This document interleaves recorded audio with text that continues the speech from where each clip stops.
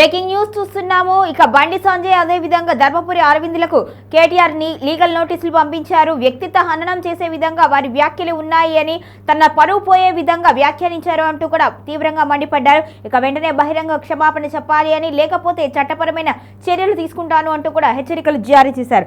మొత్తానికైతే హైదరాబాద్ లో phone tapping case దర్యాప్తు మరోసారి రాజకీయ వాతావరణాన్ని హీటెక్కించింది. ఈ కేసులో భాగంగా సిట్ అధికారులు నోటీసులు జారీ చేసి మాజీ మంత్రులు హరీష్ రావు, కేటీఆర్లను గంటల పాటు విచారించారు. అయితే దర్యాప్తు కొనసాగుతున్న క్రమంలో రాజకీయ ఆరోపణలు మరింత పదునెక్కాయి. ఇదే సమయంలో తనపై మరియు తన కుటుంబంపై నిరాధార ఆరోపణలు చేస్తూ పరువు నష్టం కలిగిస్తున్నారు అంటూ కేటీఆర్ కీలక నిర్ణయం తీసుకున్నారు. కేంద్ర మంత్రి బండి సంజయ్, బీజేపీ ఎంపీ ధర్మపురి అరవిందులకు ఆయన లీగల్ నోటీసులు జారీ చేశారు. రాజకీయంగా తన ప్రతిష్టను దెబ్బతీసేలా చేసిన వ్యాఖ్యలను వెంటనే వెనక్కి తీసుకోవాలి అని, బహిరంగంగా క్షమాపణ చెప్పాలి అని నోటీసుల్లో డిమాండ్ చేశారు. ఇక నోటీసు అందిన 5 రోజుల్లోగా స్పందించాలి అని, లేని పక్షంలో సివిల్, క్రిమినల్ చట్టాల ప్రకారం కఠిన చర్యలు తప్పవు అని కేటీఆర్ స్పష్టం చేశారు. ప్రజల్లో తనపై ఉన్న విశ్వాసాన్ని దెబ్బతీసేలా వ్యాఖ్యలు చేయటం పూర్తిగా దురుద్దేశపూర్వకము అని ఆయన అభిప్రాయపడ్డారు.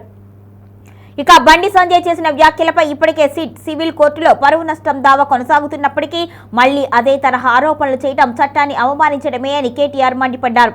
ఫోన్ ట్యాపింగ్ ద్వారా వేల కోట్లు సంపాదించారు అన్న వ్యాఖ్యలు పూర్తిగా అసత్యము అని నోటీసుల్లో స్పష్టం చేశారు. ధర్మపురి అరవింద్ చేసిన వ్యక్తిగత వ్యాఖ్యలపై కూడా కేటీఆర్ తీవ్ర అభ్యంతరం వ్యక్తం చేశారు.